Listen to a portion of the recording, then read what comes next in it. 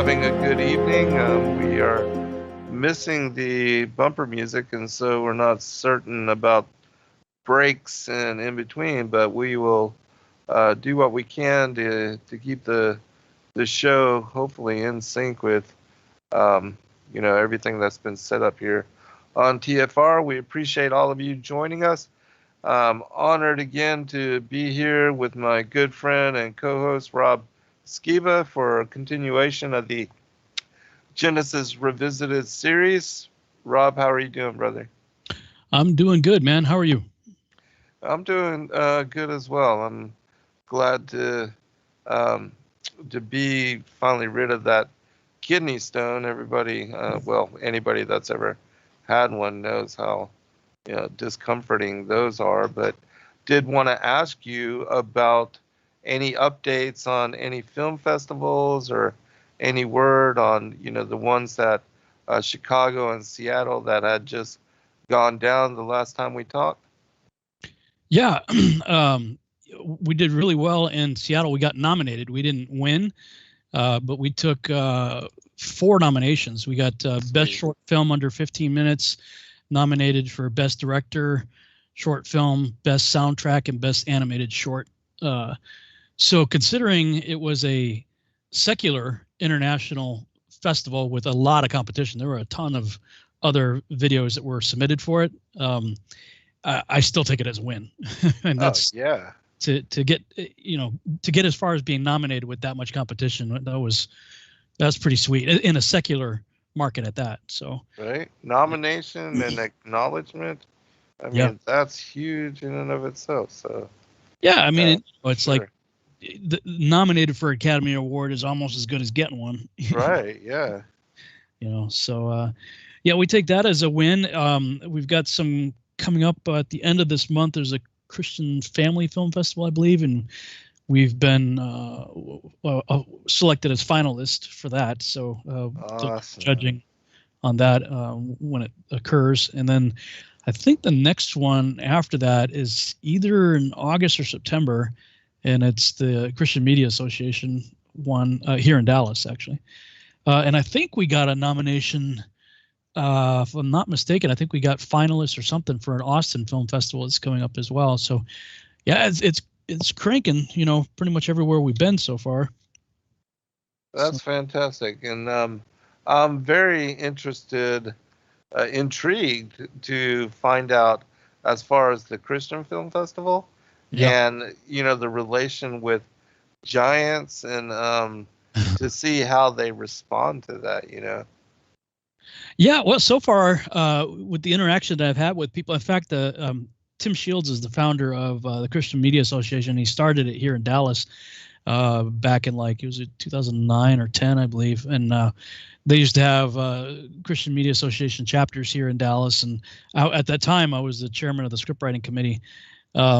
And a lot of really good things happening here. And then he moved, but he's back. He's back in the Dallas area again. And he decided to create a filmmakers church. And he's like, I don't want to compete with any of you guys that have a regular church that you're going to, whatever. So he does it on, I think it's once or twice a month on Monday nights, as a time of fellowshipping, networking, and encouragement in the scriptures. And the first one was a few weeks ago, and he preached from Numbers 13. Right on. And he was like, he angled it as a motivational speech about taking on our giants, but he was quite clear in stating that the Israelites had to face physical giants, like actual creatures. Then he pointed to me. He's like, and if you want to know anybody here that knows this deal, it's this man right here. So he gave me a nice call out at the meeting, which was cool. So. Yeah, I'm very hopeful moving forward, and we've got the Take on the World conference that's it's a month from now, actually. Well, it's at 21-22 of August, so a month away, and I'm doing 3 presentations there. The first one is going to be different, way out of the box for what most people are used to me doing. And it's more on the let's get ourselves healed of emotional trauma and distress and anger, fear, and sadness issues that are holding us back. Like, let's get healthy, And then the second one, which I literally just finished working on it today, is a complete redo of my Why We Need to Be Culturally Relevant lecture, which was the first one I ever gave on the public scene back in 2010, right after I left our full-time job. And but I mean, there's so much to talk about now, and over the last 11 plus years since I did that, it really needed an overhaul anyway. But like, I'm really showing how media is such a powerful tool, but right now it's being used as a weapon against us. And just showing how media manipulation has worked and who's pulling the strings, who's in charge. 6 corporations own everything that you listen to, you see, or hear, pretty much. So I'm really going to take a deep dive in that. And then the third presentation will be on, I'm tentatively calling it the the Revelation 12 Nuremberg connection. And it will deal with the 1561 UFO flap and the Copernican revolution and how that set the stage for the coming Great Deception. So yeah, that's great, man. That's sounds very interesting, and yeah, you're gonna have a lot of work ahead of you doing 3 fully new things. But I don't know why I do that to myself.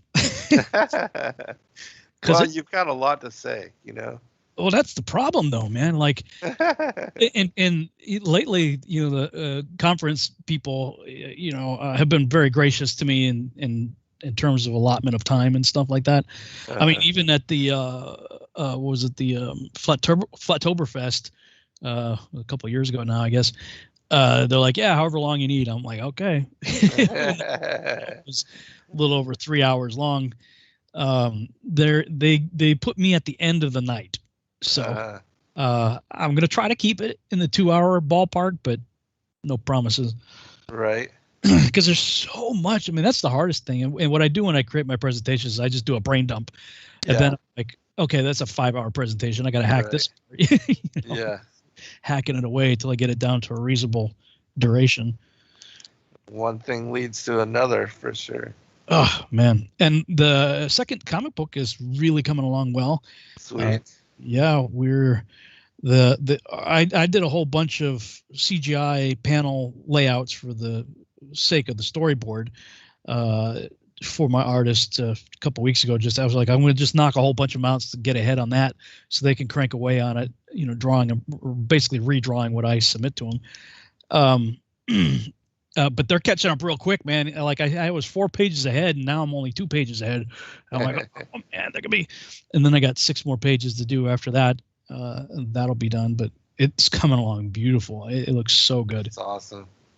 That's awesome. I saw also, as far as fundraising for the project, how Stan Lee early in the days with the Marvel comics, they used to sell like sketch panels, and autograph them, of course, but make limited editions, or prints available, and that would be a good way to provide collectible pieces of the art and the project, and also to give something of material, something like people can hang on to, and also even frame and hang, that kind of thing. So something to consider as well. Yeah, oh, for sure.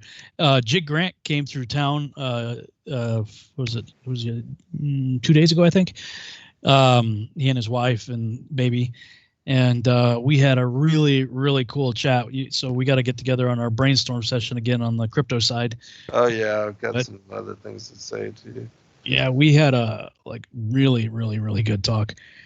Speaking of that, man, have you seen what's going on with the new Pulse chain coming off of Hexagon?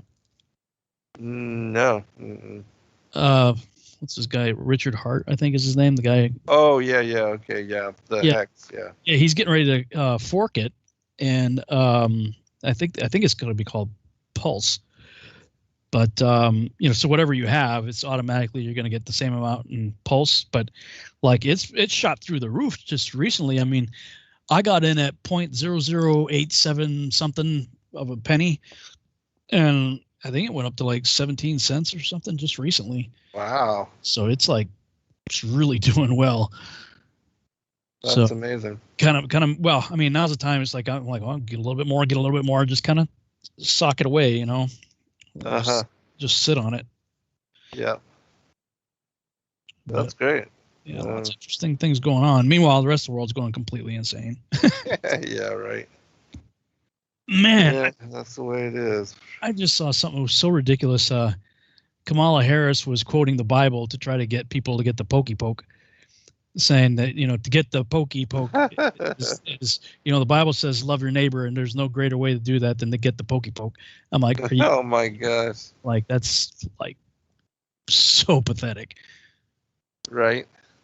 Man, so crazy. Oh, but I found, man, I wonder if I can dig it up and put it in the chat room. I don't want to get either of us flagged here, but there was actually, and if they can't give you a fact checker thing on it, because it's actually on the CDC website. You could go right to the CDC website and download it. Oh man, I can't find it right off the bat. Oh well. Maybe during the broadcast I'll look for it and see if I get it. But it's pretty huge. Like page 17 of the presentation, it's like a PowerPoint presentation. It lists all the expected side effects for it. And I mean, it shows you in no uncertain terms they knew exactly what they're doing. And the side effects are pretty horrific. You know, many of which, unfortunately, a lot of people are suffering from. But it just shows that they knew it. They knew it going into it. So. Yeah, there's been an agenda for a very long time, and they are fulfilling and making it happen with regard to the whole depopulation, New World Order, Georgia Guidestones. I mean, yeah, they've been telling us for a very long time. And as far as media and propaganda, for anybody, especially young and listeners that don't know and have never seen 1984, we are for sure living in an Orwellian reality. And that movie, and he was an insider with all of that, and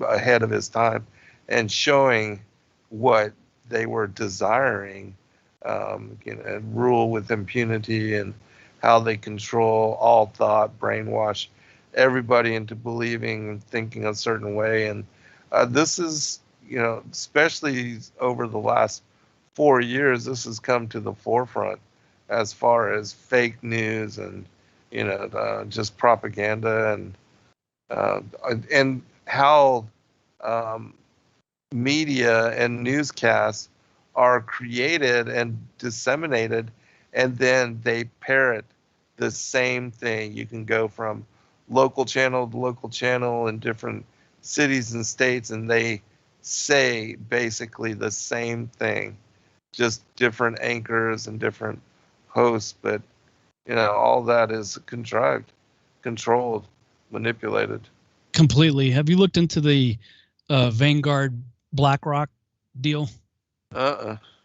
How, like, if you really want to, I've got it on the screen, by the way. I found the presentation and put the link in the chat room as well, but it's on the screen right now. This is actually on the fda.gov/media 143557/download. That's right on their website. So you can't get flagged for this. This is on their website. This is what they're saying. And a working list of adverse events, outcomes subject to change. And this is all the stuff that they expected to happen. This came out in October of 2020, October 22nd, 2020. Crazy. But yeah, BlackRock and Vanguard being the ultimate puppet masters that own everything and control everything. So yeah, I'm going to be hitting on that pretty hard at the presentation. Also, for anybody that's interested, there's a really good series on media by a guy named Scott I forget his last name now. Let me see if I can find that real quick. But he has a YouTube channel. Or his name is Scott Ritsema, Ritsema, and on his, you could just do a YouTube search for Digital Disconnect, and I think it's like 11 videos in the series. So lots of good stuff out there to look into to really get aware of what's happening and how they're doing it. And my whole thing is, man, this is David and Goliath on steroids. Of course, we know who won that fight, but still, right. It's pretty massive, insanely massive what we're up against. But oh yeah, no doubt. We've got to do something. Right. and what I mean by that is we have, like, I hate making Jeff Bezos richer, for one thing. Right. With my books on Amazon. Yeah. Show me an alternative, though. I mean, I know there's Lulu and there's a few others, and I'm probably going to start looking into some of those other ones because I can't stand giving these people. But this is how we are funding their machine. Right. All the things that we purchased and subscribe to, and we have monthly subscriptions or whatever. We are paying for our own enslavement, literally. Right. Right. And it's like, okay, Christian, it's time for us to really take stock of, especially the way the economy is right now, as far as where we're spending our money. And like, if you're sick of media doing what it's doing, well, the only way around that is to start funding something else, an alternative. Mm-hmm. We have to have our own publishing, distribution, and production companies. So we're not using the Sonys of the world, the Amazons of the world, right? And not relying on the Netflix and Hulus and all that of the world. We need our own deal, and I applaud the people over at the Chosen. Yeah, because they're really doing it right. Yeah, I agree, fully. And with any word on Lighthouse and how that project's going? Yeah, I texted. I just went blank. What's his name? Sean. Sean. I totally blanked out. Like, yeah. Sean. Sorry, Sean, for listening. I texted him. It was a couple of weeks ago, and they're getting ready to go into beta release soon. I guess they had quite a bit to overcome in terms of everything I'm talking about here. It's like, we can't be on Amazon servers. Right. Because the same thing that happened to Parler could happen to us. Yeah, fully. But I'm really hopeful that they could get. I mean, they had to do a lot of back end kind of start from scratch kind of stuff, which of course took a lot of time and I'm sure a lot of money. Yeah, no doubt. To do, but hopefully they'll be ready to release that soon because we definitely need it. Right. Yeah, fully. Oh, that's a big project. They took on a lot. So. Yeah. And I wish them the best. I hope that they can really pull it off, because if they do, man, I mean, that whole platform and everything, the way it's designed to do, right. If it works right, is going to be really amazing. Right.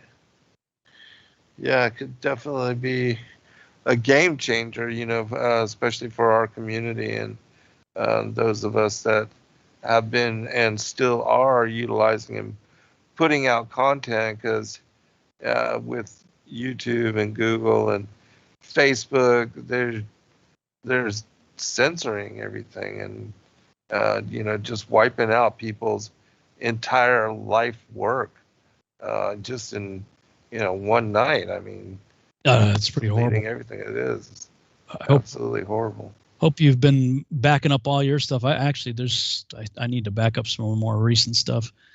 Live shows anyway. But. Yeah, I need to do more of that too. But yeah, I have a lot of the older stuff copied, but I have to really ask my son about the newer stuff. He's the technology guru for our family. So yeah, and those of you who are listening, you might be able to help us out a little bit on this. There's a software, I think it's like $30 or something for the license, called All My Tube, YouTube downloader. It will download media from like Vimeo or pretty much anywhere. But I'm pretty sure you can just like go on a YouTube channel and download the entire channel. What? That's what I need. I know you can do it with playlists. Like I did with the digital disc. All my tube. Yeah. I'll write this down.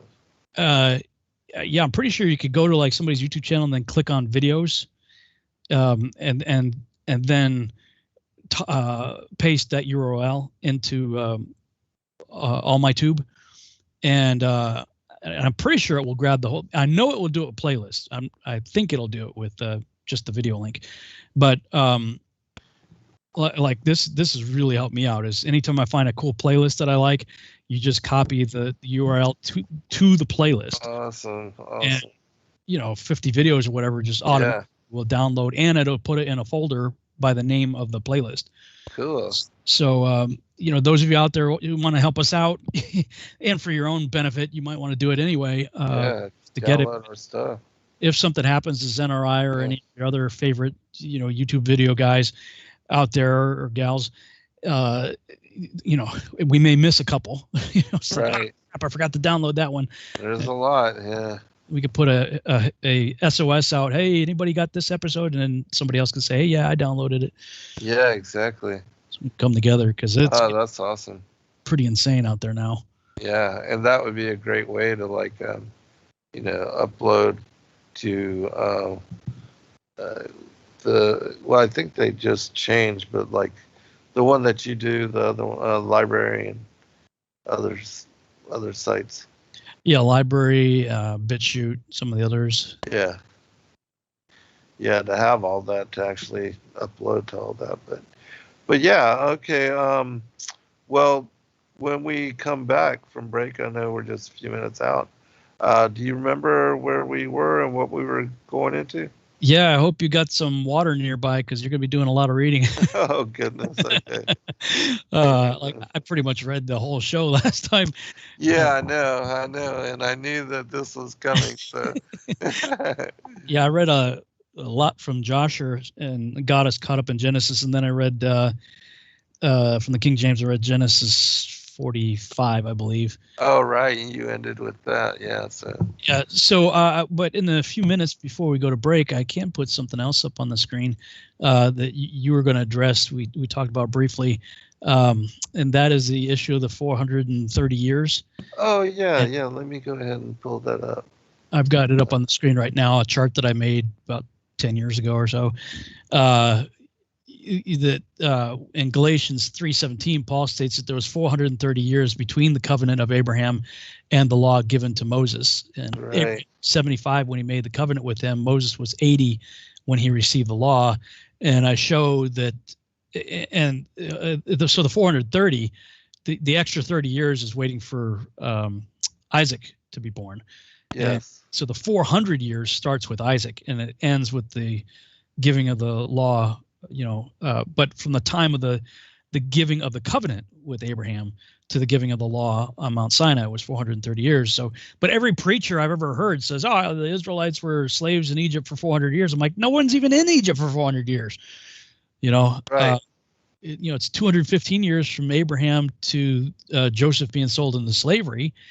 And then, he has a number of years in prison and all that. And then he rises second in charge. And then the famine. And then the house of Jacob comes down. And then they're given Goshen, the best of the land. So everything's great until Pharaoh arises that didn't remember Joseph, which seems kind of ridiculous if you think about it, if he was a native born Pharaoh.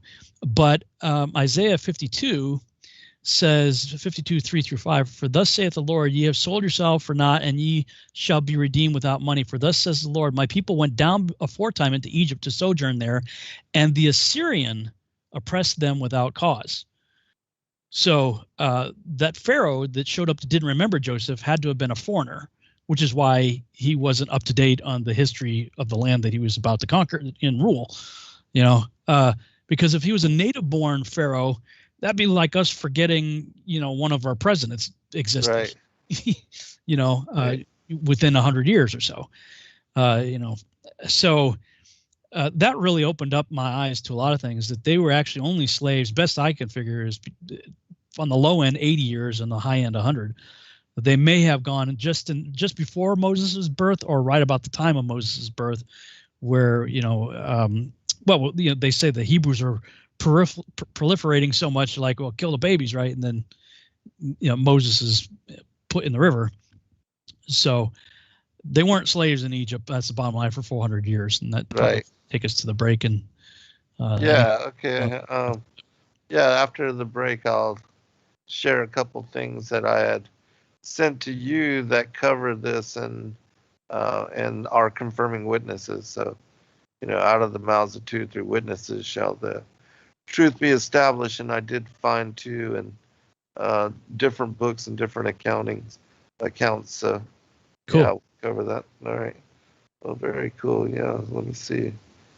I think we are. We're already at break according to, but no music. All right, so we'll be right back, everyone. Your part. As a bookstore for truth seekers, it's our goal to make ancient manuscripts which were once held captive by secretive institutions available for public consideration. In our generation, where wisdom has increased as Daniel the prophet foretold, we have access to many of the testimonies our early church brethren were persecuted for preserving. After being hidden for centuries, these manuscripts have been leaked from various sources throughout the earth, and it's our goal to gather these sources into printable form to make available for all who seek the ancient way. If you're looking to deepen your studies of the biblical narrative, find these ancient manuscripts and more at sacredwordpublishing.com.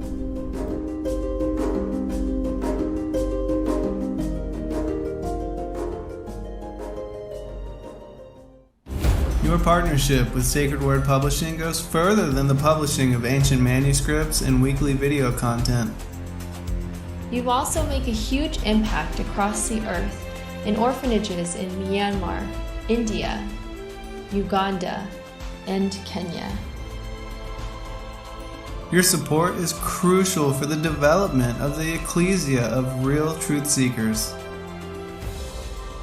We thank you for joining us in hosting Secrets Revealed, Momentary Zen, the Digital Readers Club, Ask Me Anything series, and other shows that have helped lead so many to the truth of salvation. To become even more involved, please visit patreon.com/sacredwordpublishing, where you can partake in exclusive, interactive, patron-only content and help us continue shining the light of love in this darkened world.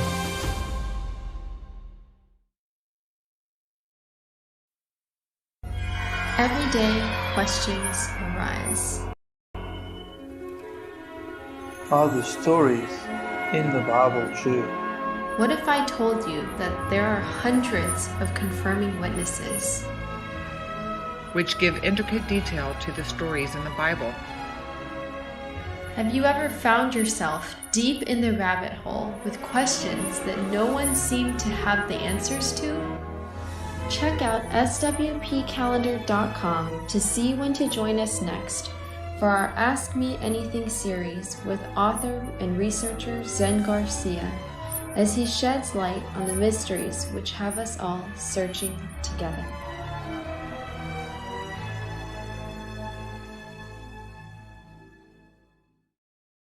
And even when we speak, that will be, left out of the broadcast. So we just want to make sure for the archives and for people that come later that everything will be in line.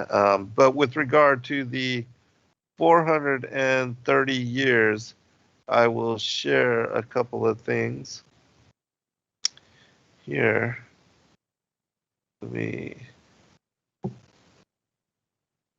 Okay.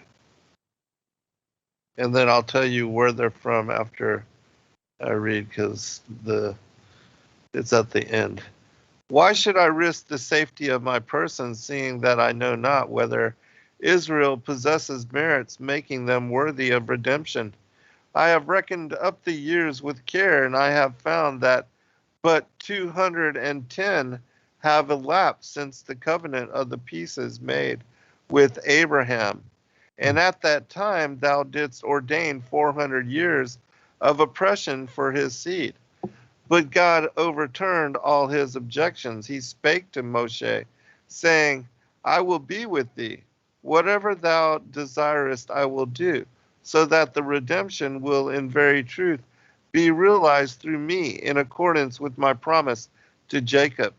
The little ones that Israel will carry up out of Egypt, I will provide with food for 30 days. This shall prove to thee in what manner I will supply the needs of all. And as I will be at thy side, thou hast no need to fear any man, respecting thy doubt, whether Israel deserves to be redeemed. This is my answer. They will be permitted to go forth from Egypt on account of the merits they will acquire at this mountain, whereon they will receive the Torah through thee. And thy reckoning of the end is not correct. For the 400 years of bondage began with the birth of Isaac, not with the going down of Jacob into Egypt. Mm-hmm. Therefore, the appointed end has come. And so, of course, we know that Moshe was tasked with leading them out of Egypt, and that he contended with Pharaoh in order to bring forth their liberty. And that they received the Torah. And we see that, in the same manner that Yahuwah, the Father, had released them from the bondage of Egypt through Moshe, and they received the law on Mount Sinai, that Christ, when he came in first Advent, that the Holy Spirit came upon the apostles. And this is something interesting that I learned from a New Testament apocryphal book, is that when they spoke in tongues in the various languages, each one was actually speaking in the language that they would be later assigned in going to that land. And not only did they speak in tongues that particular night, but the Holy Spirit coming upon them, they, like Joseph, learned the language of the people that they were going forth to interact with. And so they kept that knowledge, and I thought that was pretty intriguing as well. But the second witness to what we said as far as the bondage beginning with the birth of Isaac, this comes from, that was from the Legends of the Jews. This is from the Perk de Rabbi Eleazar. Rabbi Eleazar, son of Azariah, said, is it not so that the Israelites did not dwell in Egypt except for 2,106 years? If I don't know if that's correct, but we'll just keep going. But in order to teach thee, know that this is so, come and see. For when Joseph went down to Egypt, he was 17 years old. And when he stood before Pharaoh, he was 30 years old, as it is said. And Joseph was 30 years old when he stood before, that must be a number. It's actually 210 years, and the 6 is a footnote. So, okay, that makes sense. Yeah. Okay, and Joseph was 30 years old when he stood, and there's a number 7, so that's why I know that 6 is the footnote. Okay. Before Pharaoh, king of Egypt. And the 7 years of plenty and the 2 years of famine, behold, they are 9 and 30 years in all. And Levi, the son of Jacob, was 6 years older than Joseph. And when he went down to Egypt, he was 45 years. And the years of his life in Egypt were 92 years. Behold, all of them amount to 137 years. As it is said, and the years of the life of Levi were 137 years.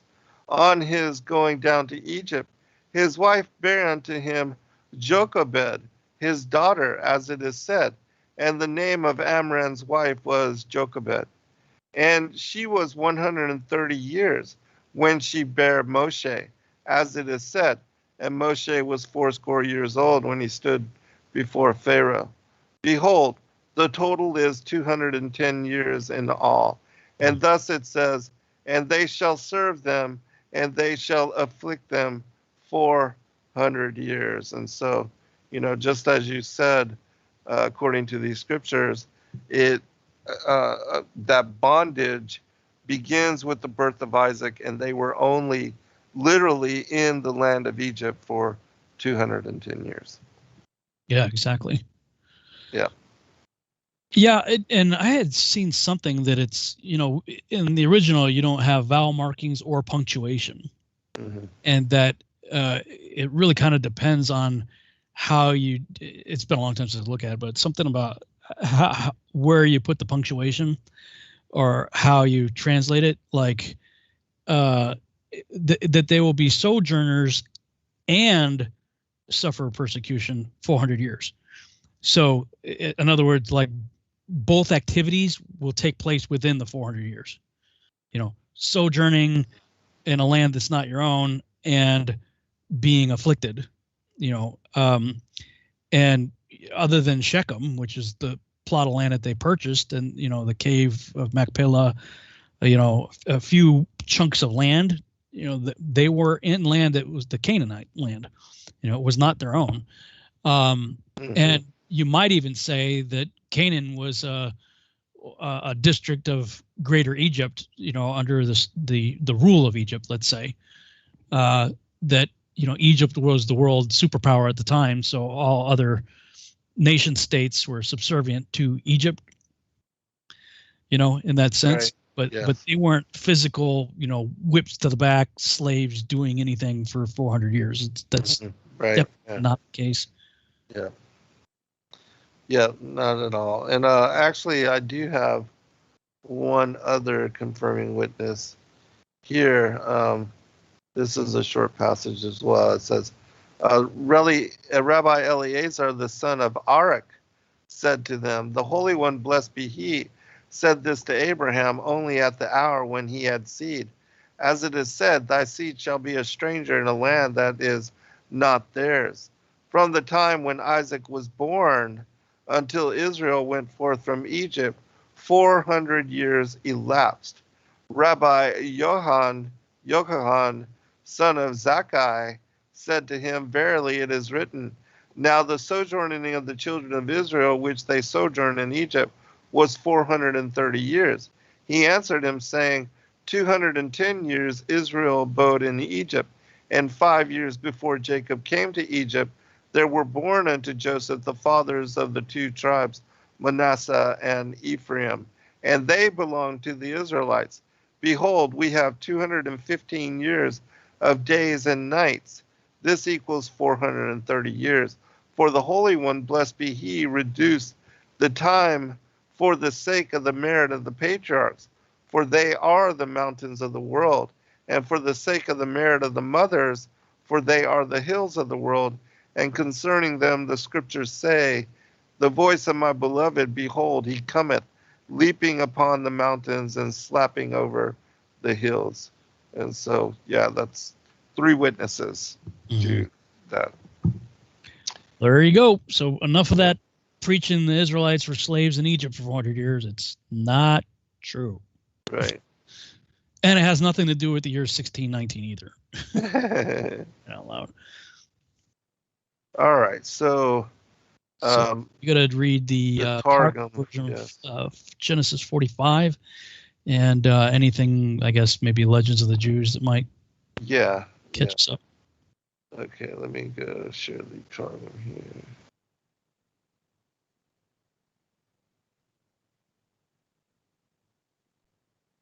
All right. And Yehuda came near to him and said, in imploring my Lord, let thy servant, I implore, speak a word in the hearing of my Lord, and let not thy anger grow strong against thy servant. For at the hour that we came to thee, thou didst say to us, I fear before the Lord, and now thy judgments are rendered like the judgments of a prince of Pharaoh. My Lord asked his servant, saying, Have you a father or a brother? Jerusalem. And Yehuda came near him and said, in beseeching thee, my Lord, let thy servant now speak a word in the hearing of my Lord, and let not thy anger be strong against thy servant. For at the first time we came down to thee into Mizraim, didst thou not tell us, I fear before the Lord? And now thy judgments are returned like the judgments of Pharaoh, thy Lord, by whom thou adjurest. Yet I am honorable as thou art, and my father is honorable as Pharaoh thy Lord is, by whom thou dost adjure. Can I not swear by the life of the head of my father, and not lie? For if I draw my sword from within its sheath, I would not return it till I had filled all the land of Mizraim with the slain. To its sheath I would not return it, till I had made all Israel Mizraim desolate of inhabitants, beginning with thyself, and ending with Pharaoh thy Lord, were it not against the will of my father. Or hath it not been heard by thee, or not told thee, what my two brothers, Shimeon and Levi, did, who went up against the town of Shechem, while they were dwelling in security, and killed every male by the edge of the sword, because they had corrupted Dinah, our sister, who hath not been numbered in the tribes, nor hath portion or inheritance with us in the dividing of the land? By how much more then shall it be done for Benjamin, our brother, who is numbered with us among the tribes, and who hath portion and inheritance with us in the dividing of the land, and in force is more unyielding than theirs, because I have become the sponsor for the youth, and the hands of my father, saying, if I bring him not to thee, and set him before thee, I will be guilty with thee, and be removed from thy salutation all the days. Hast thou not heard, or hath it not been told thee, that in the land of Canaan we are kings and princes as thou art? When Joseph the beloved and honorable saw that the strength of Yehuda his brother had risen up, and that the thoughts of his heart came forth, and that they rent their garments, in that hour beckoned Joseph to Manasseh his firstborn, and stamped with his shoe, and all Joseph's palace trembled. In that hour Yehuda said, if it had not been on the side of the house of my father, it would not have been done so. Then began Yehuda to be milder in his words. And he said, my Lord asked his servant, saying, have you a father or a brother? And we told my Lord, we have an aged father and a son of his old age, a little one whose brother is dead, and he only remains of his mother, and his father on that account loveth him. And thou sayest to thy servants, bring him down to me, and I will set mine eyes on him for good. Jerusalem, mine eyes shall be gracious upon him. But we told my Lord, the youth cannot leave his father, for if he leave his father, he will die. Yet thou sayest to thy servants, if you bring not your youngest brother down, you shall not again see my face. And it was when we went up to thy servant, our father, we related to him my Lord's words, and our father said to us, return and buy us a little corn. But we told him, we cannot go down if our youngest brother be not with us when we go down, for we shall not be able to see the man's face, unless our youngest brother be with us. And thy servant, our father, said to us, you know that my wife bare me 2 sons. One went forth from me, and I said, surely he is dead, and I have not beheld him since. And you will now take this other from before me? And if death happen to him, You will bring down mine age with mourning to the house of the grave. Therefore thy servant became surety for the youth with my father, saying, if I restore him not to thee, let me be guilty before my father all the days. And now let thy servant remain, I beseech thee, as the slave of my Lord, instead of the young man, and let the young man go up with his brothers. For how can I go up to my father, and the young man be not with us, lest I behold the evil that will strike my father through. 45. And Joseph could not endure not to be able to weep on account of all who stood before him. And he said, let every man go out from me. And no one stood with him while Joseph made himself known to his brothers. And he lifted up his voice with weeping, and the Mizrahi heard, and a man of the house of Pharaoh heard. And Joseph said to his brothers, I am Joseph. Is my father yet alive? But his brothers could not answer him a word, for they were troubled before him. And Joseph said to his brothers, come near, I pray, and examine me. And they came near, and he said to them, I am Joseph, your brother, whom you sold into Mizraim. Now, therefore, be not grieved, nor consider it a hard thing that you sold me hither. For the Lord sent me hither before you to preserve you. For these 2 years hath the famine been in the midst of the land, and there are yet 5 years in which there will be neither plowing nor harvest. But the Lord sent me before you to set you a remnant in the land and to preserve you by a great deliverance. And now it was not you who sent me hither, but it was from before the Lord that the thing was occasioned, that he might set me for a prince unto Pharaoh, a chief over his house, and a ruler in all the land of Mizraim. Make haste and go up to my father and say to him, thus saith thy son Joseph, the Lord hath set me for a chief over all the Mizraim. Come down to me, delay not, and thou shalt dwell in the land of Goshen. And be near me, thou and thy sons children, thy sheep, thy oxen, and all that thou hast, and I will sustain you there. For there are yet 5 years of famine, lest thou and the men of thy house and all that thou hast be wasted away. And behold, your eyes see, and the eyes of my brother Benjamin, that my mouth speaketh with you in the language of the house of holiness.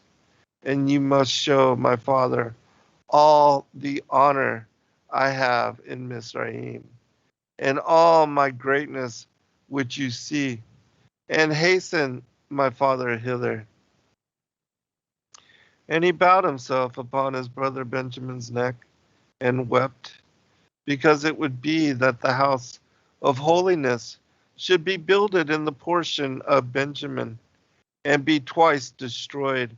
And Benjamin wept upon Joseph's neck, because he saw that the tabernacle of Shiloh would be in the portion of Joseph and be destroyed. And he kissed all his brethren and wept over them, because he saw that the sons of his people would be brought into bondage, and afterwards his brethren discoursed with him. And a voice was heard in the royal house of Pharaoh, saying, the brothers of Joseph are come. And the thing was pleasing in the eyes of Pharaoh, and in the eyes of his servants. And he said to Joseph, tell thy brethren, do this, Lade your beasts and go, carry into the land of Canaan, and take your father and the men of your house, and come to me, and I will give you the best of what is desirable in the land of Mizraim, and you shall eat the fat of the land. And thou, Joseph, shall appoint for the honor of thy father. Therefore, tell thy brethren, do this. Take with you from the land of Mizraim wagons drawn by oxen, in which to carry your children and your wives, and bring your father, and come. And your eyes must not look wistfully on your utensils, for the best of what is desirable in all the land of Mizraim is yours. And the sons of Israel did so. And Joseph gave them wagons according to the word of Pharaoh, and he furnished them with provisions for the way. And to each of them he gave vestments and apparel.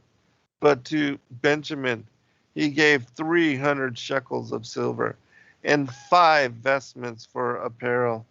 And these presents he sent to his father, 10 asses laden with wine and the good things of Mizraim, and 10 she-asses laden with corn and bread and provisions for his father's journey. And he dismissed his brothers to go and said to them, do not contend about my having been sold, lest you quarrel in passing along the way. And they went up from Mizraim and came to the land of Canaan unto Jacob their father. And they declared to him, saying, Joseph is yet alive, and is ruler over all the land of Mizraim. But his heart was divided, because he did not believe them. Jerusalem, and his heart was divided. And they told him all the words of Joseph which he had spoken to them. And when he saw the wagons which Joseph had sent to bring him, the spirit of prophecy which had gone up from him at the time that Joseph was sold, returning, rested upon Jacob their father. And Israel said, many benefits hath the Lord wrought for me. He delivered me from the land, from the hands. Deliver me from the hand of Esau, and from the hand of Laban, and from the hands of the Canaanites who pursued me. And many consolations have I seen, and have expected to see. But this I had not expected, that Joseph my son should yet be alive. I will go now, and behold him before I die. Jerusalem. And Israel said, many benefits and consolations I had hoped to see, but this I had not expected, that, behold, Joseph, my son, should be yet alive. I will go and see him before I die. Do I continue in 46? That's where that's the Targum. That's where yes. we didn't get that. Yeah, okay, we stopped there. All right, cool. At 45, yeah. All right, then let's go to the Legends of the Jews. Let me share this.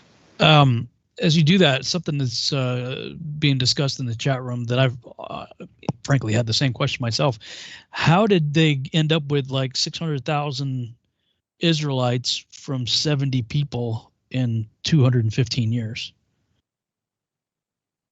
That's a good question. I don't know if that's answered in any of the ancient texts that you're aware of. For me, I'm like, well, you know, they would have multiple wives for one thing, including handmaidens that may have not necessarily been Israelite born. And people, they were, as we see a few times, marrying as young as 12 years of age. So, I mean, literally as soon as a female was capable of giving birth, they pretty much got started doing so. I do believe also in the story of Jasher, and it's also found in other places, that we saw that after Joseph became the superintendent of the land, that he had his own army. And remember the story that he went forth and he went to war with, I forget exactly who it was, but he liberated an entire people. And that group of people actually joined him in that liberation. Yeah, see, that's the other thing, because the whole Black Hebrew Israelite crowd out there grossly mangled the 400-year prophecy into something that has nothing to do with Scripture. Mm-hmm. And I don't care what color you are, Israel's not about that, right? Because there's white Hebrew Israelism as much as black. Right. Everybody wants to claim the title of the chosen, but we see a lot of mixed rabble going on, continually, and people being grafted in to the family of Israel that are not blood related, on a fairly regular basis. I mean, just the Exodus itself. I mean, it tells you point blank that there's a whole lot of people. I mean, and when you consider, especially what was happening at the time of the famine, how much integration had to have taken place, because all of the nation states surrounding Egypt became aware that Egypt had food. Right. Hold that thought, Rob. Oh, because we're in the break. Yeah. Okay. So just 2 minutes, everyone, and then we'll continue. We'll be right back. Get a sip of water.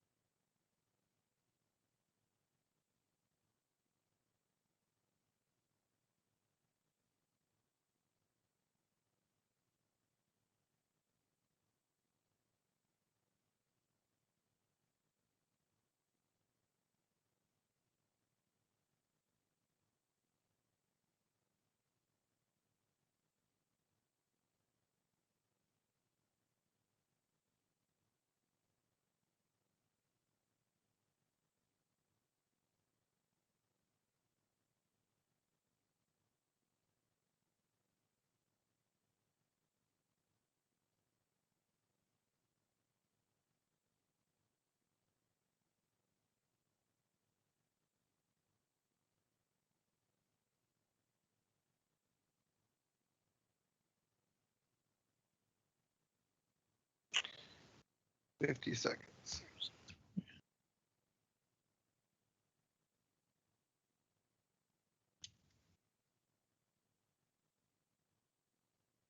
I got a scripture ready to go on that. Okay, cool.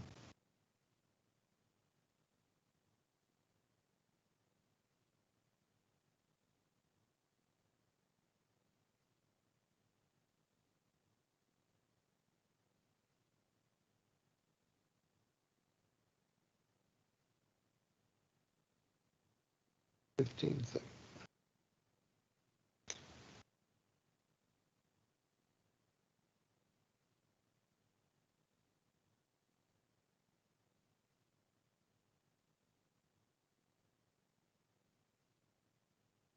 All right, welcome back, everybody, and thank you for joining us this evening. We are speaking about the Exodus and also the bondage of Egypt and how all that began with Isaac, and how really the Israelites were only in the land of Egypt for 210 years. And let me turn this back over to you, Rob, so you can finish your thought. Yeah, I was just saying that, well, actually, let me pull up the scripture on that. Exodus 12, 37 through 40.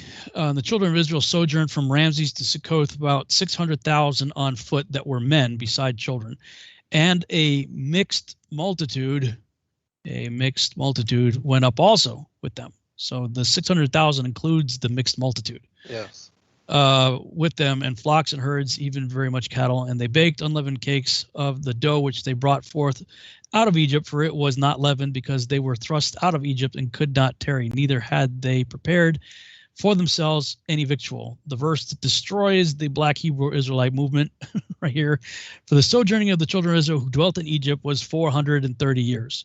This is reiterated in Galatians, where it says, and this I say, that the covenant that was confirmed before God in Christ, the law which was 430 years after, cannot disannul that it should make the promise of none effect. And Paul sets up the guardrails here, saying that the 430 years is from the time of the giving of the covenant of Abraham to the giving of the covenant at Moses at Mount Sinai. 430 years. So you have two witnesses in Scripture that obliterates the 1619 nonsense. You know, they're like, oh, we're getting ready for, well, I mean, how many years do they pass their failed prophecy? It's like the new pre-trib rapture, you know, all over again. You know, Dave Murphy and the like are out there, you know, around before 2019. You know, they're like, oh, get ready. You know, we're all going to be liberated and America's going to suffer and burn for all the 1619 stuff. And all white men are evil and black people are the only Israelites and all that nonsense. No, the Scriptures tell you exactly when the 400 years took place. And as we talked about earlier, the 430 years is the difference between Abraham and the time that Abraham got the covenant and the covenant began. The 400-year starting clocks begins with the birth of Isaac. Right. So right. That's where your difference is. The promise was given 30 years prior to Isaac being born, because the promise was to the offspring of Abraham, and Isaac's the first of his offspring. Yes. when you discount Ishmael. You know, the children of the promise. Seed of promise, yes. The seed of promise. So, I mean, Scripture destroys that entire ideology in a number of ways. First of all, by telling you exactly when the 400 years happened, it had nothing to do with the year 1619. Everybody in the Bible was aware of it being fulfilled at the time of the Exodus. The biblical authors understood that.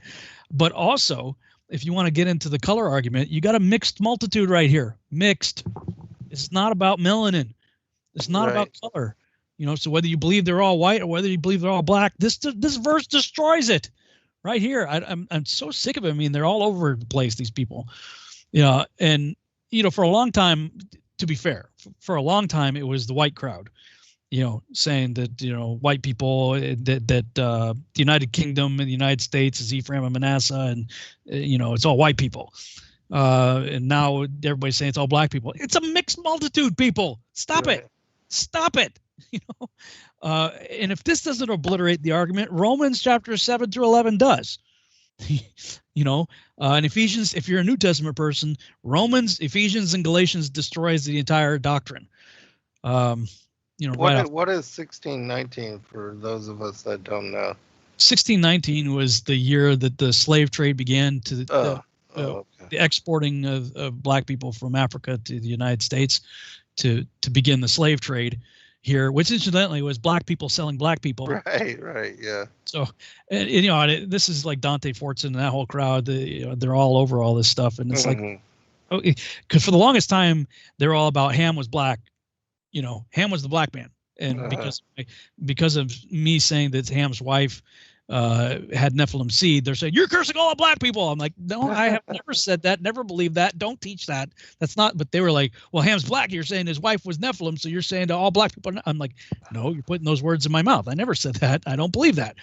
But I mean, and I'm like, furthermore, all the giants that we are aware of were white. Yeah, right. Pale skin, red hair. Red hair, yeah. So, like, everything they're accusing me of, they got to be Democrats, because it's all nonsense, you know. I'm like, look, if Adam was black, everybody's black. Okay, well, I mean, fine, whatever. I don't really care. The arguments that they use are not biblically supported, and that's what I'm trying to show everybody right here. Yes. Is you've got a mixed, even if you think Ham was black, and because you know, there's one train of thought that Shem, Ham, and Japheth were all three different races, coming from the same father. You know, that white people come from Japheth and Asian people come from Shem and black people come from Ham. I'm like, okay, that's absurd, but okay, let's go with that completely ridiculous ideology. By the time you get to the Tower of Babel, again, it's about 600,000 people that are gathered together in the plains of Shinar, all mixing together. All right. And then you take the 600,000 all mixed together, and God mixes them up again into 70 different people groups in 70 different languages. So, if that's just men, I don't know if it's men and women and everything, but let's say even if it's just the entire population of the earth, 600,000 are all mixed together. If you think that Shem, Ham, and Japheth are 3 races, which I think is ridiculous. There's only one race, the human race. Right. Exactly. And people just have different levels of melanin in their skin. Yes. Agreed. The whole argument's absurd. It drives me crazy, dude.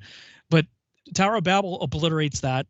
And this story right here obliterates that mixed multitude. And then when you get to the New Testament, you have the doctrine of Christ obliterating that. Love everybody. We're all one family. It's all one body of Christ.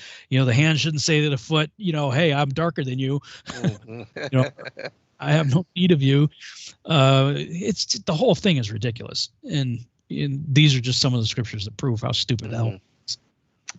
Yeah, and as far as the color, there's many eyewitness accounts that speak of Yahushua as all blue eyes and golden hair, and that's just from Pontius Pilate. And then there's that, right? Yeah. So, but and how many times we see that in the Targums and the Legends of the Jews that Sarah. Right, in the writings of Abraham, yeah. Yeah, fair skin. Yeah, fair skin, rosy cheeks. Yeah. Yeah, but I think we've probably kind of riled up enough. Yeah, and get some hate mail from all that. But all right, let us continue, and let's see what's going into the Legends of the Jews now. Okay. All right. Now Joseph reaped the harvest of his virtues, and according to the measure of his merits, God granted him reward. The mouth that refused the kiss of unlawful passion, and sin received the kiss of homage from the people. The neck that did not bow itself unto sin was adorned with the gold chain that Pharaoh put upon it.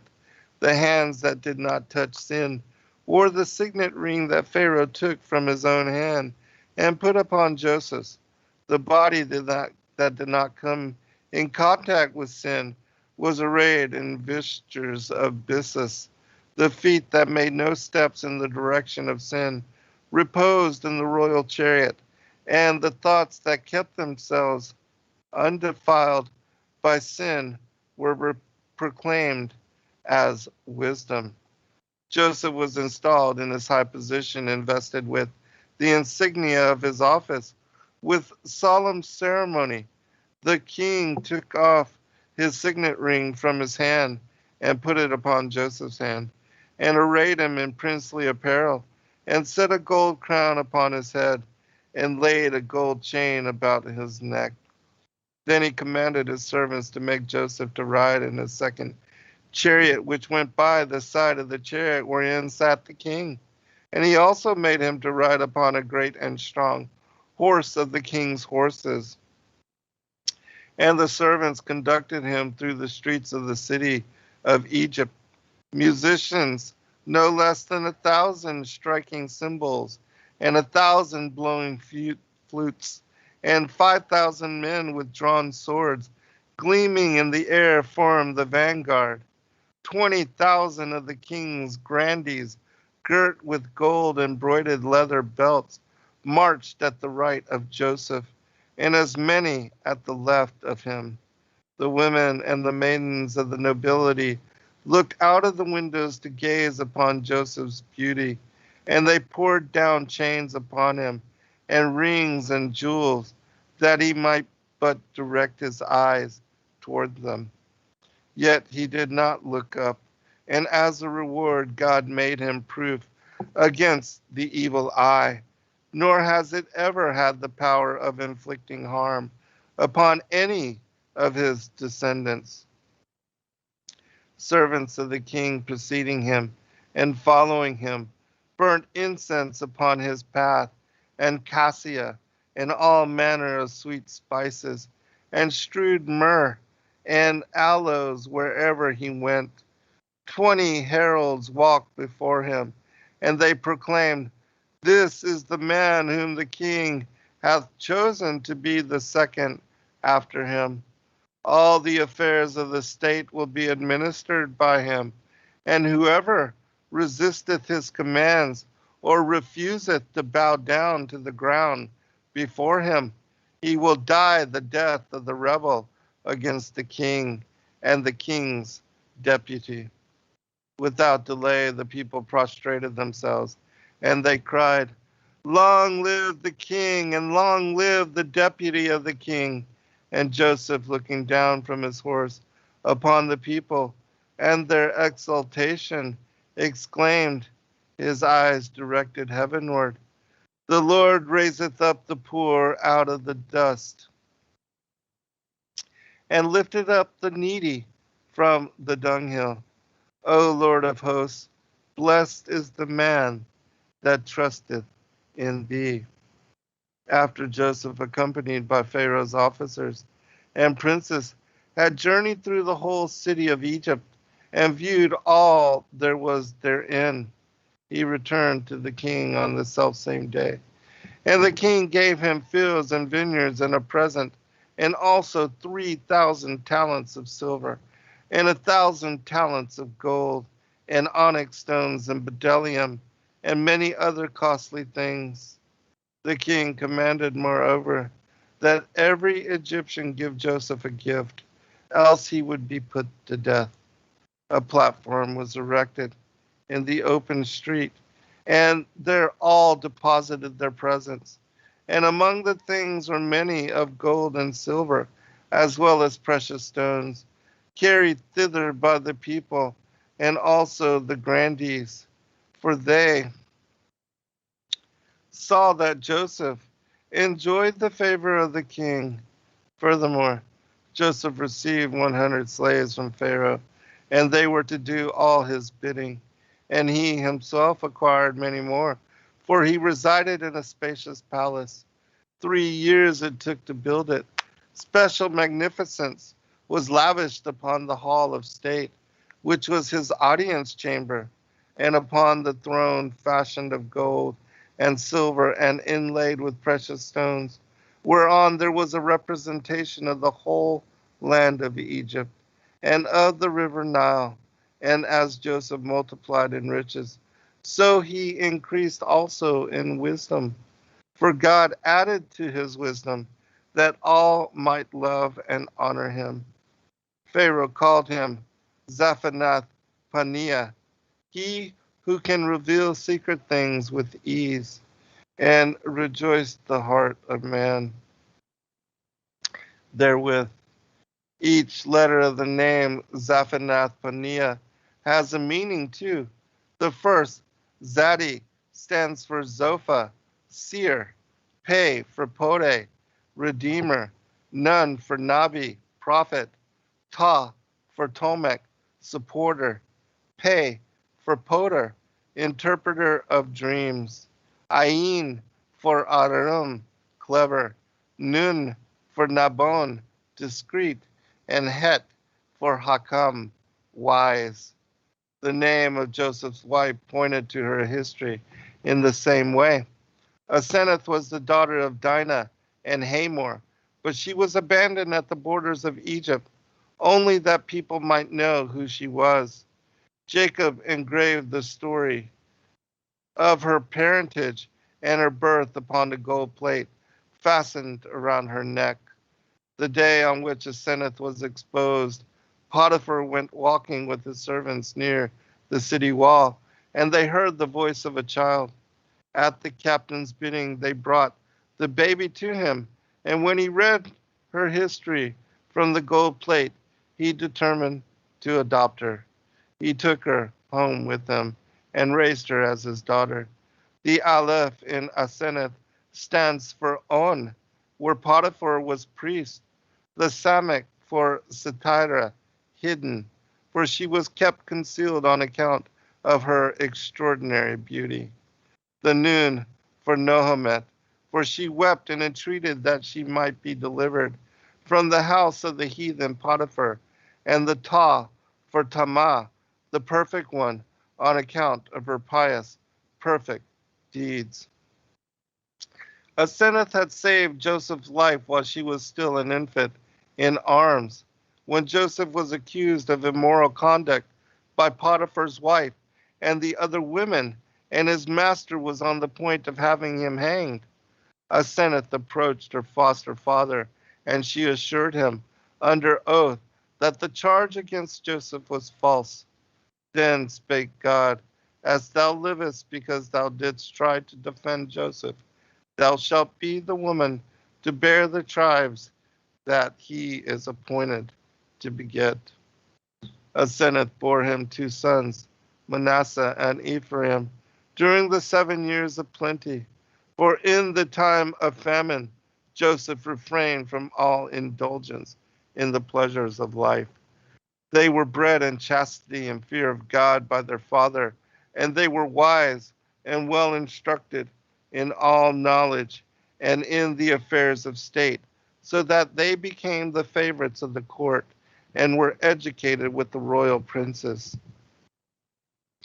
Before the famine broke over the land, Joseph found an opportunity of rendering the king a great service.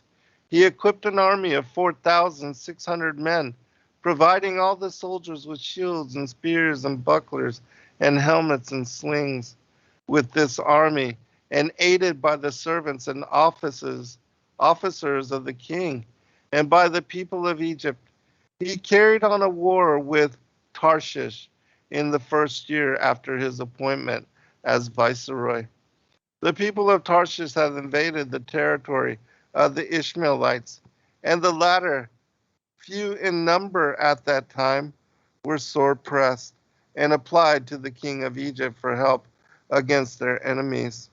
At the head of his host of heroes, Joseph marched to the land of Havilah, where he was joined by the Ishmaelites, and with united forces they fought against the people of Tarshish, routed them utterly, settled their land with the Ishmaelites, while the defeated men took refuge with their brethren in Javan.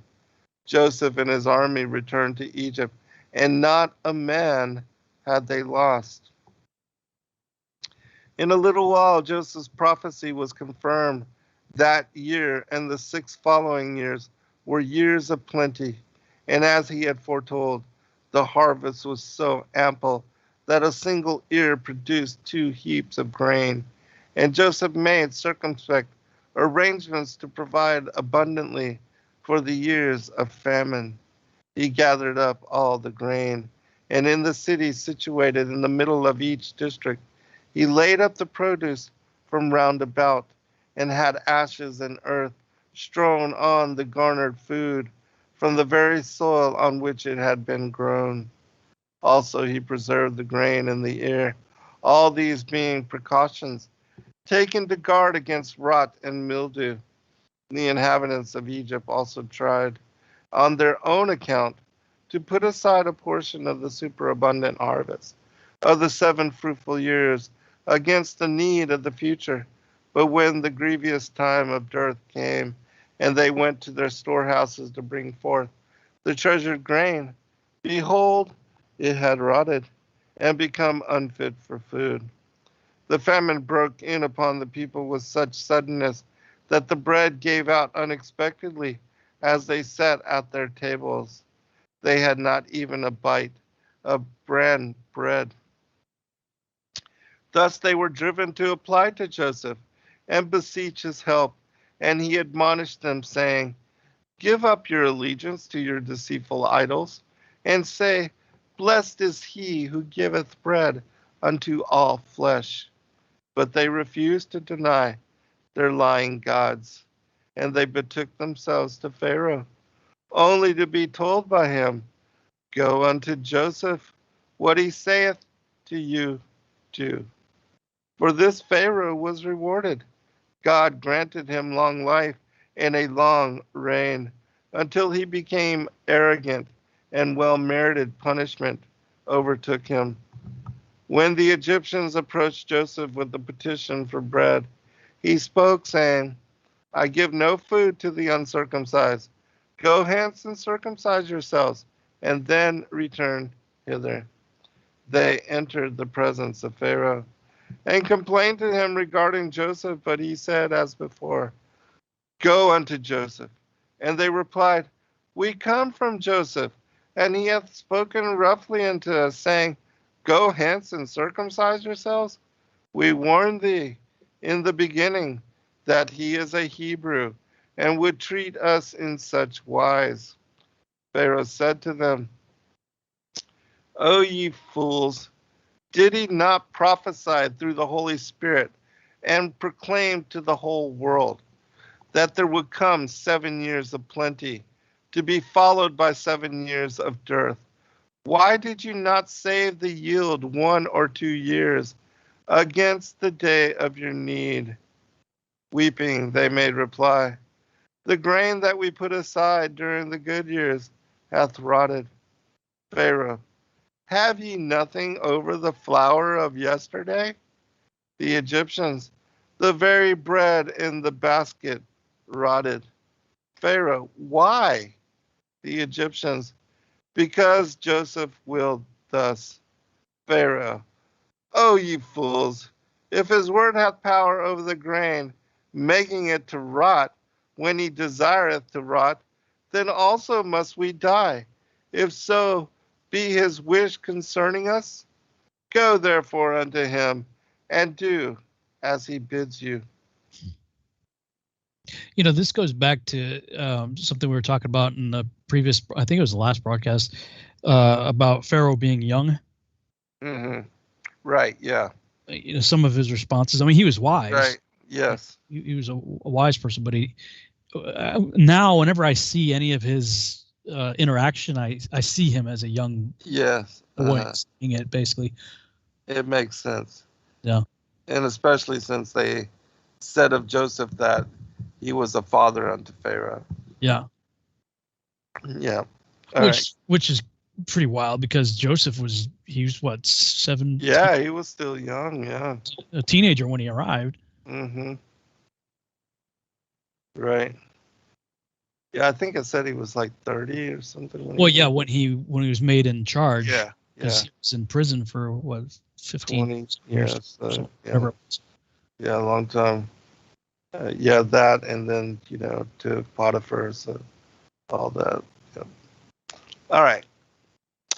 The famine which inflicted hardships first upon the wealthy among the Egyptians gradually extended its ravages as far as Phoenicia, Arabia, and Palestine.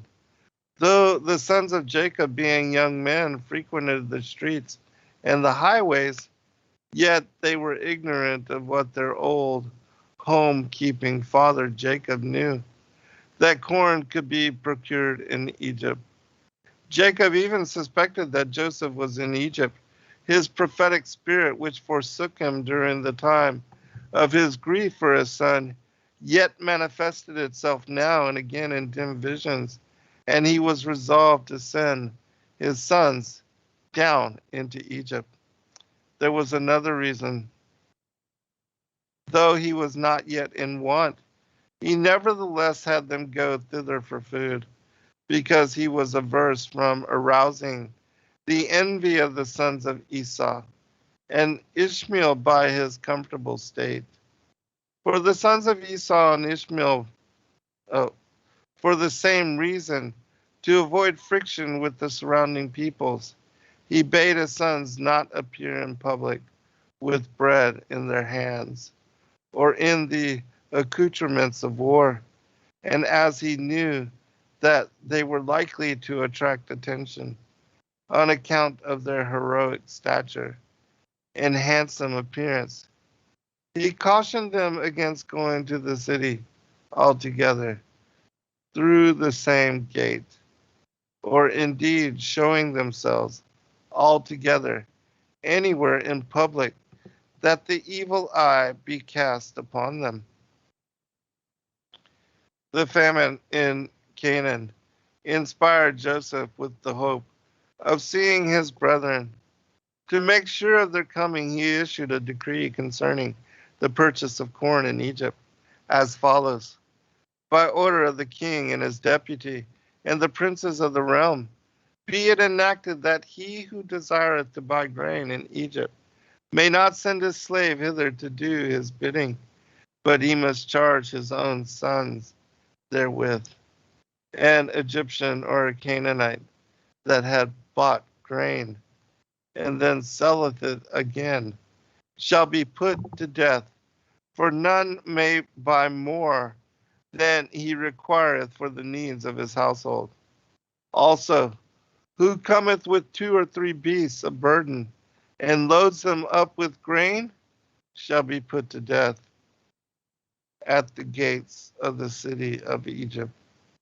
Joseph stationed guards, whose office was to inquire and take down the name of all that should come to buy corn, and also the name of their father and their grandfather, and every evening the list of names that thus made was handed to Joseph. These precautions were bound to bring Joseph's brethren down to Egypt, and also acquaint him with their coming as soon as they entered the land on their journey. His brethren thought more of Joseph than of their errand. They said to one another, we know that Joseph was carried down into Egypt, and we will make search for him there. And if we should find him, we will ransom him from his master. And if his master should refuse to sell him, we will use force, though we perish ourselves. At the gates of the city of Egypt, the brethren of Joseph were asked what their names were, and the names of their father and grandfather. The guard on duty happened to be Manasseh, the son of Joseph. The brethren. Oh, you're right. All right, we'll be right back, everyone, for final segment.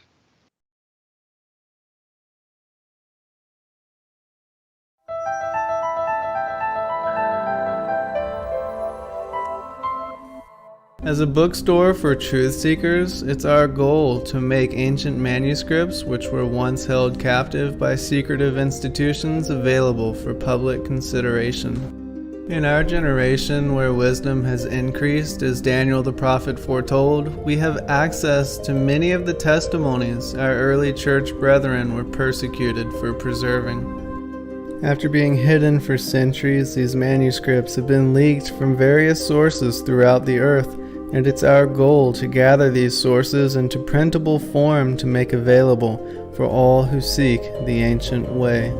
If you're looking to deepen your studies of the biblical narrative, find these ancient manuscripts and more at sacredwordpublishing.com.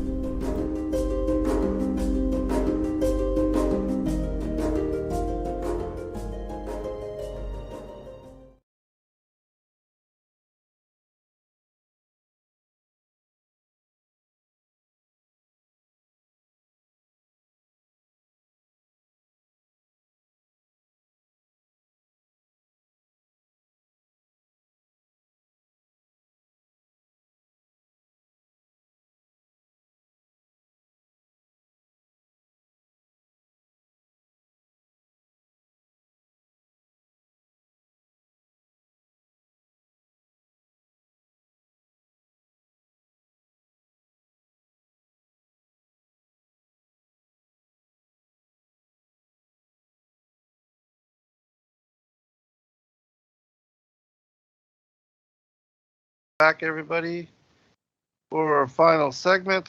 As per usual, the show is flying by, and we are covering a lot of really cool and cryptic issues, and so always a very interesting show when we get together.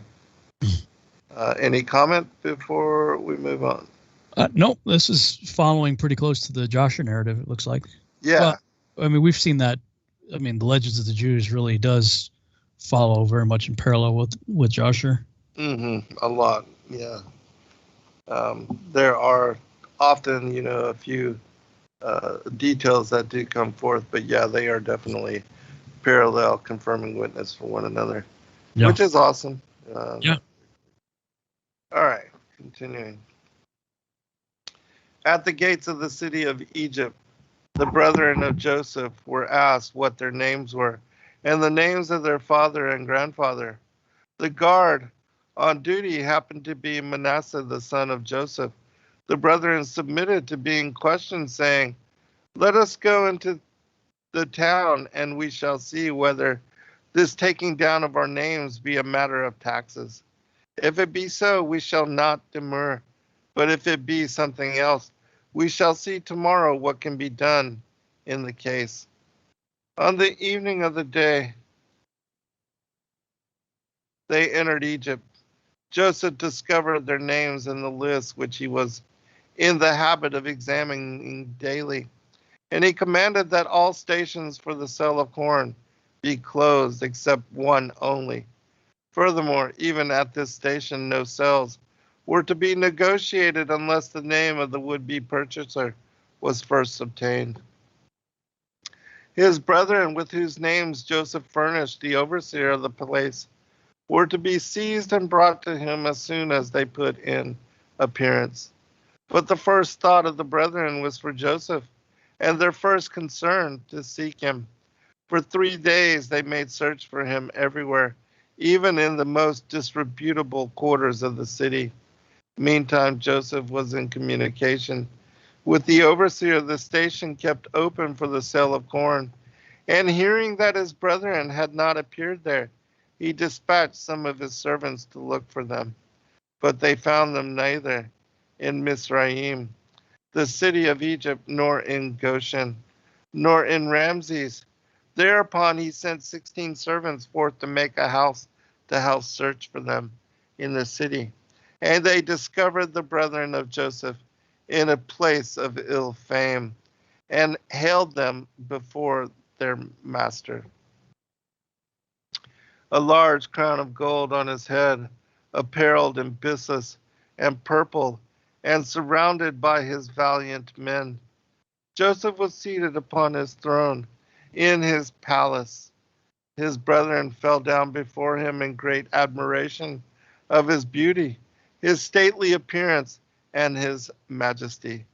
They did not know him, for when Joseph was sold into slavery, he was a beardless youth. But when he knew his brethren, their appearance had not changed in aught, for they were bearded men when he was separated from them. He was inclined to make himself known to them as their brother, but an angel appeared unto him, the same that had brought him forth from Shechem to his brethren at Dothan, and spoke, saying, "These came hither with intent to kill thee." Later, when the brethren returned home and gave an account of their adventures to Jacob, they told him that a man had accused them falsely before the ruler of Egypt, not knowing that he who incited Joseph against them was an angel. It was in reference to this matter, and meaning their accuser, that Jacob, when he dispatched his sons on the second expedition to Egypt, prayed to God, "God Almighty, give you mercy before the man." Joseph made himself strange unto his brethren, and he took his cup in his hand, knocked against it, and said, "By this magic cup, I know that ye are spies." They replied, "Thy servants came forth from Canaan into Egypt for to buy corn." Joseph, "If it be true that ye came hither to buy corn, why is it that each one of you entered the city by a separate gate?" The brethren, "We are all the sons of one man in the land of Canaan, and he bade us not enter a city together by the same gate, that we attract not the attention of the people of the place." Unconsciously, they had spoken as seers, for the word all included Joseph as one of their number. Joseph, "Verily, ye are spies. All the people that come to buy corn return home without delay, but ye have lingered here 3 days without making any purchases, and all the time you have been gadding about in the disreputable parts of the city. and only spies are wont to do thus. The brethren.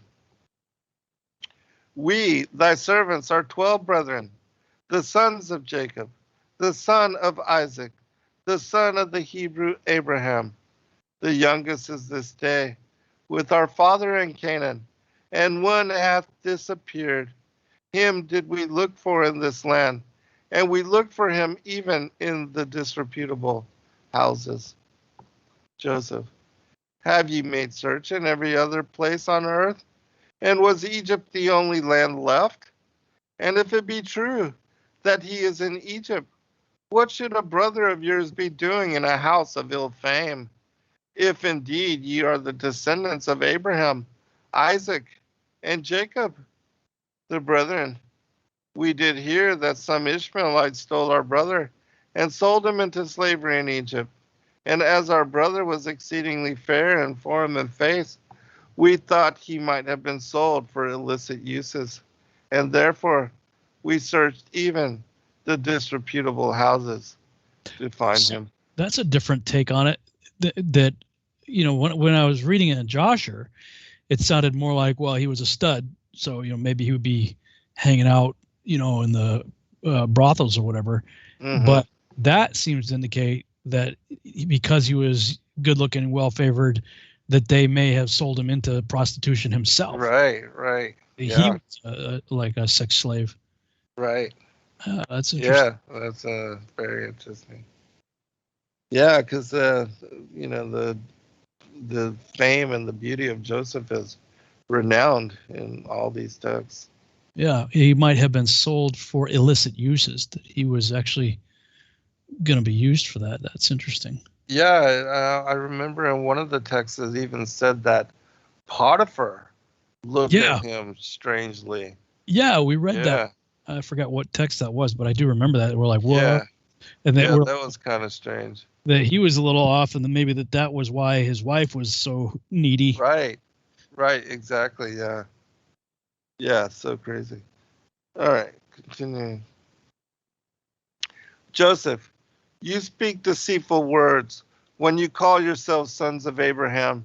By the life of Pharaoh ye are spies, and ye did go from one disreputable house to another, that none might discover you. The expression, by the life of Pharaoh, might have betrayed Joseph's real feeling to his brethren, had they but known his habit of taking this oath only when he meant to avoid keeping his word later. Joseph continued to speak to his brethren. Let us suppose you should discover your brother serving as a slave, and his master should demand a high sum for his ransom. Would you pay it? The brethren, yes.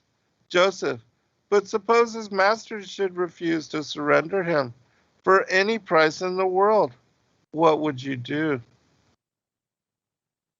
The brethren, if he yields not our brother to us, we will kill the master and carry off our brother. Joseph, now see how true my words were, that ye are spies. By your own admission you have come to slay the inhabitants of the land. Report hath told us that 2 of you did massacre the people of Shechem on account of the wrong done to your sister. And now have you come down into Egypt to kill the Egyptians for the sake of your brother? I shall be convinced of your innocence only if you consent to send one of your number home and fetch your youngest brother hither. His brethren refused compliance, and Joseph caused them to be put into prison by 70 of his valiant men, and there they remained for 3 days. God never allows the pious to languish in distress longer than 3 days, and so it was a divine dispensation that the brethren of Joseph were released on the 3rd day. That's interesting. That almost sounds messianic. Yeah, fully. I was thinking that same thing, even with Jonah. Yeah. Mm-hmm. And were permitted by Joseph to return home on a condition, however, that one of them remained behind as hostage. The difference between Joseph and his brethren can be seen here. Though he retained one of them to be bound in the prison house, he still said, I feared God, and dismissed the others. But when he was in their power, they gave no thought to God. At this time, to be sure, their conduct was such as becoming to the pious, who accept their fate with calm resignation, and acknowledge the righteousness of God, for he metes out reward and punishment, measure for measure.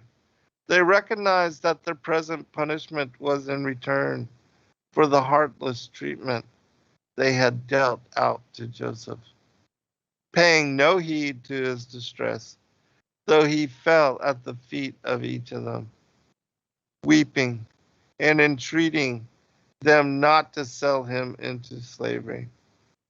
Reuben reminded the others that they had two wrongs to expiate: the wrong against their brother and the wrong against their father, who was so grieved that he exclaimed, I will go down to the grave to my son mourning. The brethren of Joseph knew not that the viceroy of Egypt understood Hebrew and could follow their words, for Manasseh stood and was an interpreter between them and him. Joseph decided to keep Simon as hostage in Egypt, for he had been one of the two. Levi was the other, to advise that Joseph be put to death, and only the intercession of Reuben and Judah had saved him. He did not detain Levi, too, for he feared if both remained behind together, Egypt might suffer the same fate at their hands as the city of Shechem. Also, because those two, they were pretty zealous. So yeah, and they hype each other up.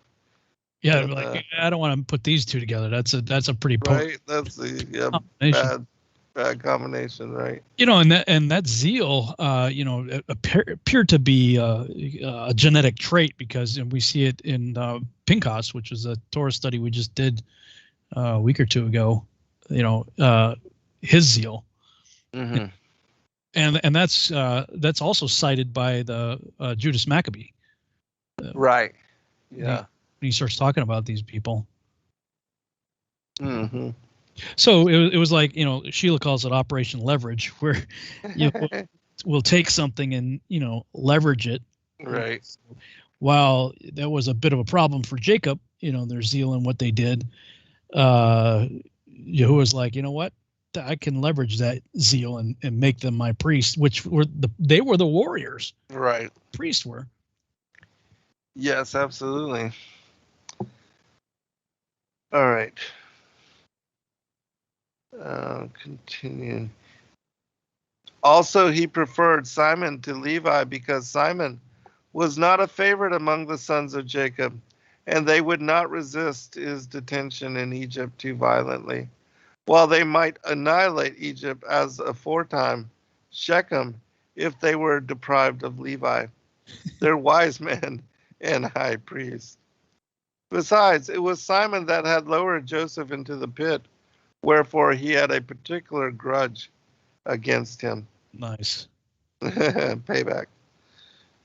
When the brethren yielded to Joseph's demand and consented to leave their brother behind as hostage, Simon said to them, Ye desired to do with me as you did with Joseph.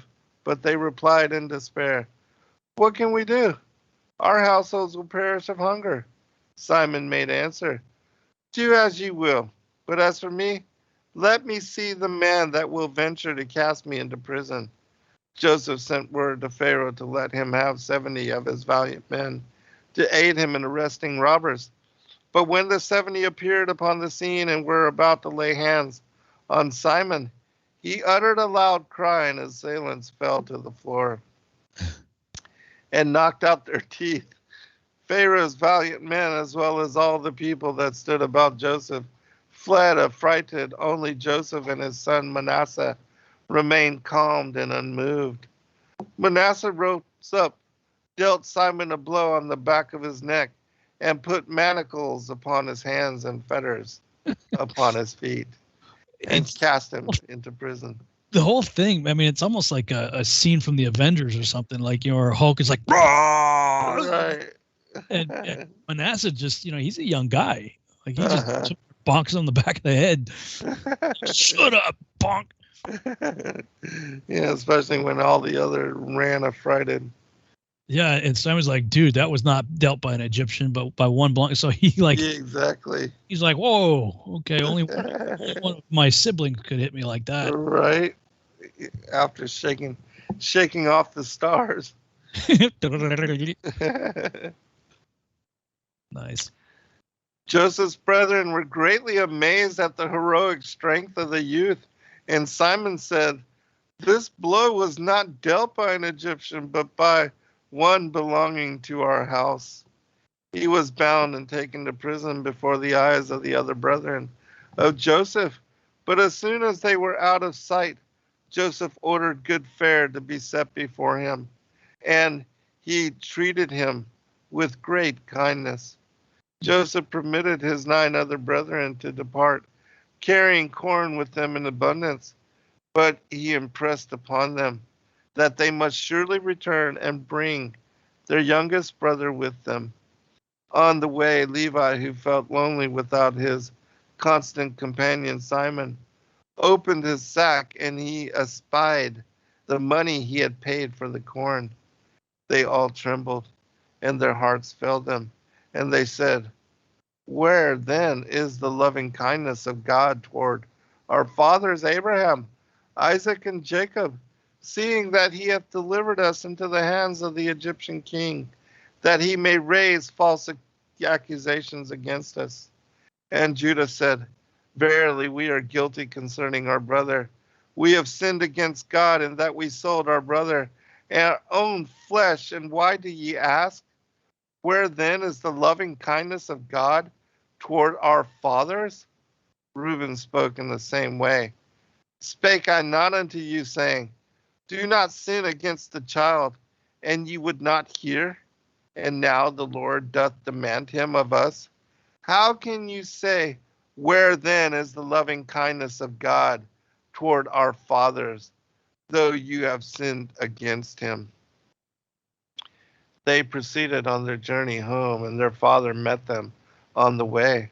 Jacob was astonished not to see Simon with them, and in reply to his questions, they told him all that had befallen them in Egypt. Then Jacob cried out, "What have ye done? I sent Joseph to you to see whether it be well with you, and ye said, An evil beast hath devoured him. Simon went forth with you to buy corn, and you say, The king of Egypt hath cast him into prison. And now we will take Benjamin away and kill him too. Ye will bring down my gray hairs with sorrow to the grave." The words of Jacob which he uttered, "Me have ye bereaved of my children," were meant to intimate to his sons that he suspected them of the death of Joseph and of Simon's disappearance as well, and their reports concerning both he regarded as inventions. What made him inconsolable was that now, having lost 2 of his sons, he could not hope to see the divine promise fulfilled, that he should be the ancestor of 12 tribes. He was quite resolved in his mind, therefore, not to let Benjamin go away with his brethren under any condition whatsoever, and he vouchsafed Reuben no reply when he said, "Slay my 2 sons, if I bring him not to thee." He considered it beneath his dignity to give an answer to such balderdash. "My firstborn son," he said to himself, "is a fool. What will it profit me if I slay his 2 sons? Does he not know that his sons are equally mine?" Judah advised his brethren to desist from urging their father then. He would consent, he thought, to whatever expedients were found necessary, as soon as their bread gave out, and a second journey to Egypt became imperative. That's a ridiculous. Right, slay my 2 sons. I mean, look, you just became grandpa, right? Right. Like, that's like crazy talk, Exactly. To say, okay, yeah, kill your grandchildren if I fail. Like, yeah, how even dare to suggest? How does that even make sense? Like, right. That shows you Simeon's kind of jacked up, man. Like, yeah. I mean, even this text, like Jacob's like, my son's a fool. Right. That's just completely ridiculous. Where Judah's like, look, I'll, his vow is a lot better. Yes. That's an absurd vow to make. It is. Why even say such? I mean, it's utterly ridiculous. All right, continuing. When the supplies bought in Egypt were eaten up and the family of Jacob began to suffer with hunger, the little children came to him and they said, "Give us bread that we die not of hunger before thee." The words of the little ones brought scorching tears to the eyes of Jacob, and he summoned his sons and bade them go again down into Egypt and buy food. But Judah spake unto him, "The man did solemnly protest unto us, saying that we should not see his face, except our brother Benjamin be with us, and we cannot appear before him with idle pretexts." And Jacob said, "Wherefore dealt ye so ill with me, as to tell the man whether ye had yet a brother?" It was the first and only time Jacob indulged in empty talk, and God said, "I made it my business to raise his son to the position of ruler of Egypt." And he complains and says, "Wherefore dealt ye so ill with me?" And Judah protested against the reproach that he had initiated the Egyptian viceroy in their family relations with the words, "Why, he knew the very wood of which our baby coaches are made. Father," he continued, "if Benjamin goes with us, he may indeed be taken from us, but also he may not. This is a doubtful matter, but it is certain that if he does not go with us, we shall all die of hunger. It is better not to concern thyself about what is doubtful, and guide thy actions by what is certain. The king of Egypt is strong and mighty king, and if we go to him without our brother, we shall be put to death. Dost thou not know, and hast thou not heard, that this king is very powerful and wise, and there is none like unto him in all the earth? We have seen all the kings of the earth, but none like unto the king of Egypt. One would surely say that among all the kings of the earth there is none greater than Abimelech, king of the Philistines, yet the king of Egypt is greater and mightier than he. And Abimelech can hardly be compared with one of his officers. Father, thou hast not seen his palace and his throne and all his servants standing before him. Thou hast not seen that king upon his throne in all his magnificence and with his royal insignia, arrayed in his royal robes, with a large golden crown upon his head. Thou hast not seen the honor and the glory that God hath given unto him, for there is none like unto him in all the earth. Father, thou hast not seen the wisdom, the understanding, and the knowledge that God hath given in his heart. We heard his sweet voice when he spake unto us. We know not, Father, who acquainted him with our names and all that befell us. We asked also concerning thee, saying, Is your father still alive? And is it well with him? Thou hast not seen the affairs of the government of Egypt regulated by him, for none asketh his lord Pharaoh about them. Thou hast not seen the awe and the fear that he imposes upon all the Egyptians. Even we went out from his presence, threatening to do unto Egypt as unto the cities of the Amorites, and exceedingly wroth by reason of all his words that he spake concerning us as spies. Yet when we came again before him, his terror fell upon us all, and none of us was able to speak a word to him, great or small. Now, therefore, Father, send the lad with us, and we will arise and go down into Egypt and buy food to eat, that we die not of hunger. I think we are almost. Yeah, it looks like it's probably a good place to stop. Yeah, 13 seconds. Yep. All right, man. Another great show, and thank everybody for listening. We'll pick it up on yours next week. All right. Sounds good, man. All right. Be blessed all. Good night. Thanks. Shalom. Everybody.